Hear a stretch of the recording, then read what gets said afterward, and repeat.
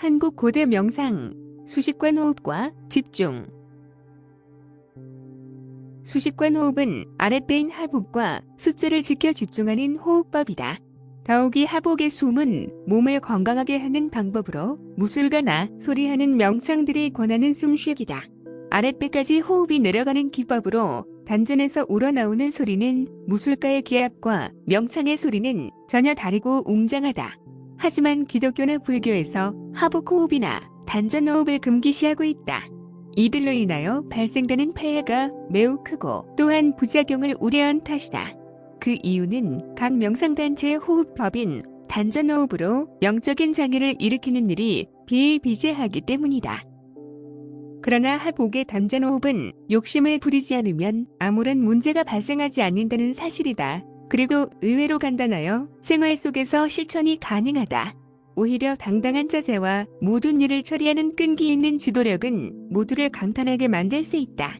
한국 고대 명상은 고대로부터 내려온 현묘지도 선도로 불리는 우리나라 명상법으로 비밀리에 내려온 황제들의 수행 비법이다.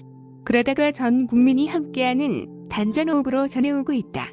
현대에서는 집중의 복식호흡으로 등장하여 누구나 함께한다. 더욱이 단전호흡은 굳이 집을 떠나 출가를 하지 않아도 수행자의 대열에 합류하여 구도자의 길을 갈 수 있다.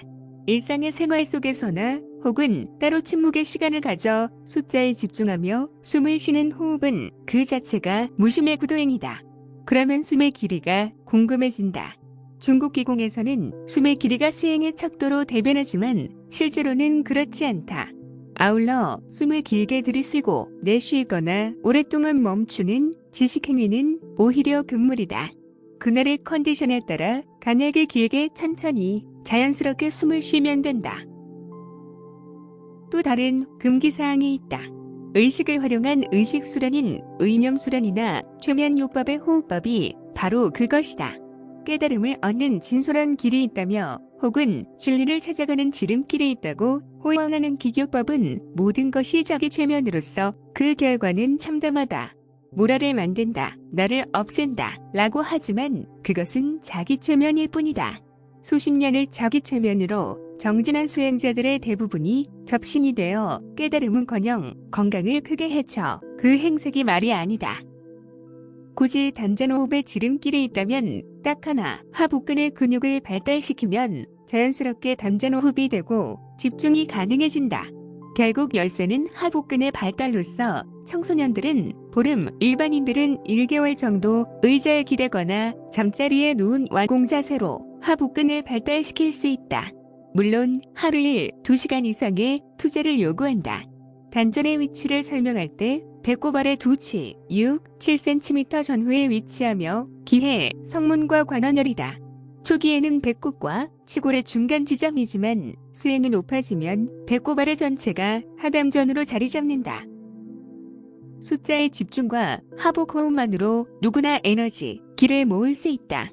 그 까닭은 생각을 단순화하면 기가 모이고 반대로 생각을 일으키면 기가 소모되는 평범한 원리에서 출발한다. 기는 현대의학에서 밝힌 신경세포전의 세포인 뉴런 현상이다. 그러나 마음을 집중한다는 것이 일상에서는 결코 만만치 않다. 하지만 집중하는 간단한 방법이 있으니 곧 숫자를 세는 행위이다. 하나에서 10까지만 세고 다시 돌아와 하나부터 시작한다. 하나 하면서 숨을 들이쉬고 하나 하면서 숨을 내쉰다. 11, 12를 세지 않는 까닭은 나중에는 숫자까지 눈는 무심이 목표이다. 이러한 집중이 관법의 이름으로 불교의 안반수 의경에 수록된 수식관 호흡과 맥을 같이 한다. 수식관은 숫자와 호흡을 놓치지 않고 지속적으로 집중하는 호흡법이다. 우리가 행하는 하복 호흡과 단전 호흡은 집중하는 것에서 차이가 난다. 요가나 소리하는 명창들의 복식 호흡은 단전 호흡과는 사뭇 다르다. 집중을 하지 않으면 복식 호흡이 되고 숫자를 집중하면 단전 호흡이다. 평소에 하고 있는 교회의 기도나 불교의 참선 시에 단전 호흡을 함께하면 좋으나 초기 단계에서는 의식적으로 시간을 따로 만들어 호흡에 매진해야 한다. 하복근이 발달하여 아랫배 단전의 축기가 되면 호흡은 의식하지 않아도 자연스럽게 길어진다. 하지만 기를 모으는 축기보다는 집중하여 무심히 되는 것이 중요하다. 무심히 되기 전에 숫자를 따라가면 우리의 의식 앞에 등장하는 마음의 눈, 관법이 나타난다. 관법이 선멸을 초대한다고 하지만 그때가 무심으로 가는 첫 번째 과정이다. 한동안 마음의 눈으로 숫자를 그려보기도 하고 손바닥에 노궁혈을 응시하기도 한다. 한약에 눈에 보이지 않는 경혈들이 묘한 촉감으로 일어난다. 머리 한복판 백회의 경혈이 느껴진다. 백회가 열리면 하늘의 소리, 관음이 머리 언저리에서 나타나 신비함을 더하기도 한다. 관음은 귀가 듣는 소리가 아닌 영적인 소리로서 모든 카르마를 찾아내는 시발점이 된다. 카르마란 지난 생에서 저지른 악업이다. 그들은 마귀로, 비니령으로, 온갖 형태의 영혼의 이름으로 우리 앞에 등장하여 우환을 만들어낸다. 그러면서 생로병사를 지키는 마귀로 윤회의 당위성을 주장한다. 불경의 법화경과 화엄경은 영혼의 세계를 8등급의 마귀의 세계, 때론 12등급의 보살의 세계로 나누기도 한다. 그리고 그 미비된 부분인 영혼의 세계를 33천의 하늘의 세계로 다시 세분하고 있다. 올바른 명상 수행은 수식관 호흡에서 의식적인 집중을 완성하는 것이다. 그리고 무의식적인 마음의 눈으로 보는 관법으로 진행된다.